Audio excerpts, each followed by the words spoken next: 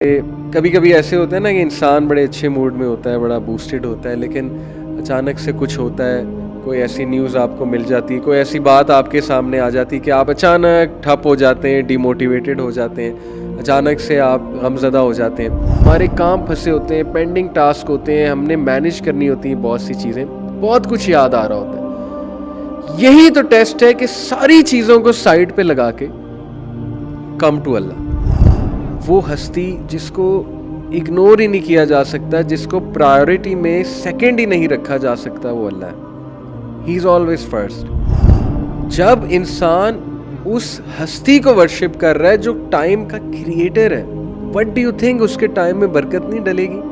जब इंसान उस हस्ती के पास जा रहा है मुलाकात करने आउट ऑफ लव और अपनी सारी चीज़ों को साइड पे रख के उस हस्ती से मुलाकात करने जा रहा है जिसके कंट्रोल में एक एक ज़र्रा है, एक एक एटम है। देखें, हमारी सोसाइटी बहुत तेज़ी से इंतहाई मटीरियलिस्टिक होती जा रही है। हम सब इंतहाई मादा परस्त होते जा रहे हैं। हम उन चीज़ को प्रायोरिटीज़ दे रहे हैं। ये जो एकदम से हमारी सोसाइटी में मैसिव सोशल चेंज आई है। मेरी एक रिक्वेस्ट है आप सबसे कि सोशोलॉजी जो सब्जेक्ट है उसका एक बेसिक सोशोलॉजी जो सब्जेक्ट है उसका एक चैप्टर है सोशल चेंज। आप सोशल चेंज के चैप्टर में सिर्फ ये पढ़ लें कि जब एक रैपिड सोशल चेंज आती है किसी सोसाइटी में तो उस सोसाइटी में कैसे कैसे प्रॉब्लम्स जन्म लेते हैं और वो प्रॉब्लम्स खुल के हमारे सामने आ रहे हैं।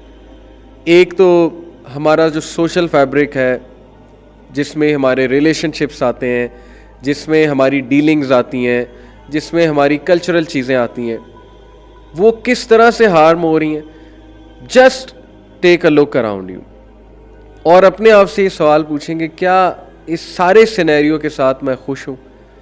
डिवोर्सेस बढ़ती जा रही हैं, रिलेशनशिप्स डिटीरियोरेट होते जा रहे हैं, लोग मटीरियलिस्टिक हो चुके हैं, इंतहाई मटीरियलिस्टिक हो चुके हैं।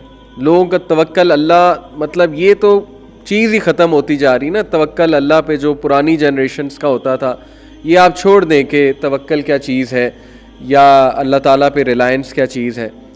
तो इस हद तक नुकसान हो रहा है हमारी सोसाइटी में और हमारा मीडिया इसमें बहुत नेगेटिव रोल निभा रहा है। Because most of the media, जो मीडिया में दिखाया जाता है, ज़ाहिर है कि वो डिक्टेटेड होता है, वो एक एजेंडा के साथ होता है।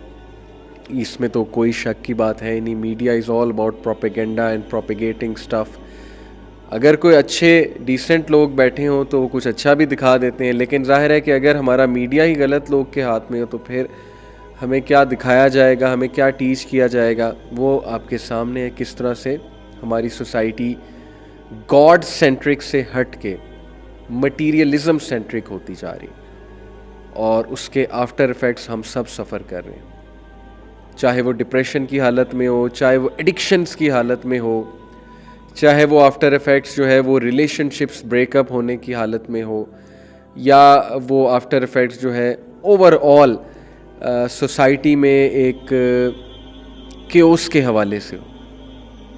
तो इस कॉन्टेक्स्ट में जो आज की हदीस है इंशाल्लाह वो बहुत ज़्यादा आपको काबिल गौर लगेगी और it will give you a lot to ponder about इंशाल्लाह। जो वाक़या मैं सुनाना चाहता था, देखें, मैं अक्सर ये बात करता हूँ, मैंने वीडियोस में बात की है कि मैं आप ही की तरह का एक इंसान हूँ। मेरी वही कमिटमेंट्स हैं, मेरी लाइफ में भी फैमिली लाइफ है, वर्किंग भी है, वर्क प्लेस भी है मेरा, वहाँ पे मैं जॉब करता हूँ।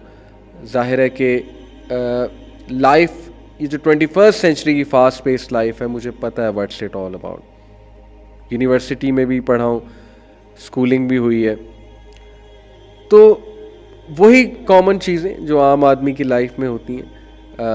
अचानक से कोई कमिटमेंट का आ जाना, ज़ाहिर है कि कभी कोई मिसहैप हो जाना। मिसहैप्स से मेरी मुराद है मैनेजेरियल पॉइंट ऑफ व्यू से। ज़ाहिर है इंसान ने कुछ प्लान किया होता है, हो कुछ जाता है, अचानक कुछ प्रॉब्लम आ जाती है। अचानक जो है वो ज़ाहिर है कि आपने फैमिली लाइफ भी चलानी है, आपने जॉब भी चलानी है, आपने जो है वो अपने हॉबीज़ भी पूरी करनी है, अपने पर्सनल स्पेस को भी रखना है सामने, बहुत कुछ आपने करना है।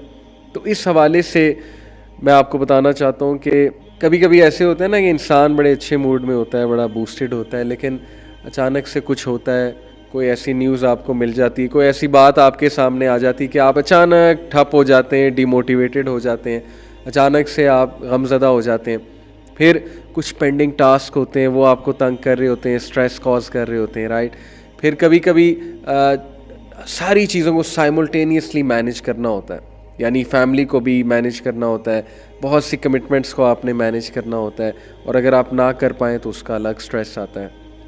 तो इसी कॉन्टेक्स्ट में मैं बताना चाहता हूँ कि एक दिन मेरे साथ यूं ही हुआ कि बहुत से काम थे, पेंडिंग काम थे, I had to do them, obviously उनकी डेडलाइंस भी थी, और अचानक ऐसे हुआ कि मुझे एक ख़बर मिली जिसकी वजह से मेरा मूड बहुत ख़राब हुआ।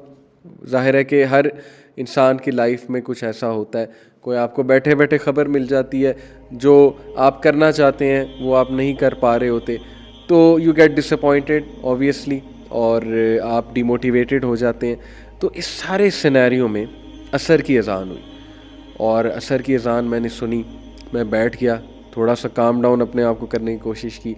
अब मेरे जहन पे वो काम सवार है, मैंने ये भी करना है, मैंने ये भी करना है, अच्छा अभी ये भी पेंडिंग टास्क है, ये भी है, ये भी है।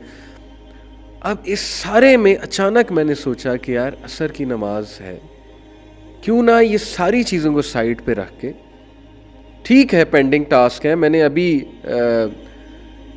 इसी वक्त भी कुछ टास्क करने, हाउ अबाउट इन सब को साइड पे लगा के आराम से वुज़ू करते हैं, वुज़ू करके जमात के साथ, और जमात के साथ ही मर्दों को पढ़नी चाहिए, वुज़ू करके जमात के साथ असर की नमाज़ पढ़ते हैं। लेट्स सी, उसके बाद देखते हैं। ये मैं आपको बता रहा हूँ कि ये बहुत कॉमन सिचुएशन है कि ऐसे ही होता है, हमारे काम फंसे होते हैं, पेंडिंग टास्क होते हैं, हमने मैनेज करनी होती हैं बहुत सी चीज़ें, बहुत कुछ याद आ रहा होता है। यही तो टेस्ट है कि सारी चीज़ों को साइड पे लगा के कम टू अल्लाह, अल्लाह ताला को वर्शिप करो। यही हमारा टेस्ट है आज के दौर में, स्पेशली आज के दौर में, क्योंकि डिस्ट्रैक्शंस बहुत ज़्यादा हैं, जिम्मेदारियां बहुत ज़्यादा हैं, काम बहुत करने के वगैरह वगैरह। अल्हम्दुलिल्लाह आराम से मैंने वुज़ू किया, असर की नमाज़ जमात से पढ़ी। मेरे सर पे जो टेंशन सवार थी, इतने काम सवार थे, और जो एक वो स्ट्रेस कॉज कर रही थी चीज़ें मुझे, थोड़ा सा बंदा पैनिक होने की साइड पे भी चला जाता है। यकीन कीजिए at the end of the namaz all the stress was gone, relax हो गया मैं, काम डाउन हो गया मैं, क्योंकि नमाज की मूवमेंट्स ही इतनी खूबसूरत है। जमात के साथ जब आप नमाज़ पढ़ेंगे तो ज़ाहिर है कि 7-8 मिनट की एवरेज जमात होती है, लेकिन ये कि कुछ मसाजिद में 10 से 12-13 मिनट की भी होती है, तो कितना वो रिलैक्सिंग टाइम है आपके लिए। अल्हम्दुलिल्लाह once I finished offering with jamaat, मैं रिलैक्स्ड हो गया। मुझे ऐसे लगा जैसे मेरे सारे काम हो जाएंगे इंशाल्लाह, मेरे कामों में बरकत आ जाएगी, और ऐसा ही हुआ। अचानक मैं रिलैक्स हुआ, एंड देन आई फेल्ट कि मेरे कामों में बरकत आ रही है, और सारे काम इंशाल्लाह अपने टाइम पे हो रहे हैं। ये सारा वाक़या मैंने आपको क्यों सुनाया, क्योंकि थिंग्स दैट मैटर की क्लास में मैंने आपको शुरू की क्लासेस में बताया था कि वो हस्ती जिसको इग्नोर ही नहीं किया जा सकता, जिसको प्रायोरिटी में सेकंड ही नहीं रखा जा सकता, वो अल्लाह है। He is always first. हमारी कोशिश ये होती है कि सारे काम करके, पहली तो बात हम में से बहुत से लोग नमाज ही नहीं पढ़ते, अल्लाह उन्हें हिदायत दे, अल्लाह हम सबको हिदायत दे, लेकिन जो पढ़ते हैं वो फिर किस तरह से पढ़ते हैं कि सारे काम करके, सबको राज़ी करके, सबको खुश करके, एंड में कुछ मिनट रह जाते हैं तो अब नमाज अदा कर लेते हैं। और वो भी कैसी नमाज होती है, 3-4 मिनट की, 2 मिनट की, 4 फ़र्ज़, वो भी सिर्फ फ़र्ज़ होते हैं। यही मसला है।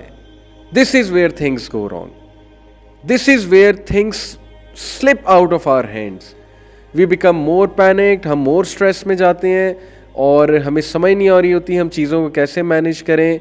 और सबसे बड़ी बात यह कि टाइम में बरकत, जब इंसान उस हस्ती को वर्शिप कर रहा है जो टाइम का क्रिएटर है, व्हाट डू यू थिंक उसके टाइम में बरकत नहीं डलेगी?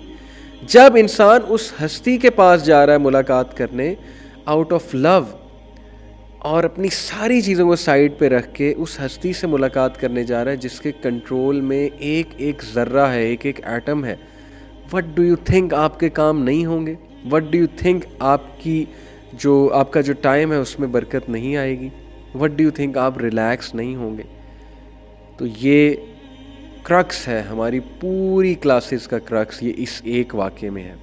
और मैंने आपको बताया, मैं भी एक आम इंसान हूँ, मुझ पे भी सुस्ती छा सकती है, मैं भी अक्सर डिमोटिवेट हो सकता हूँ।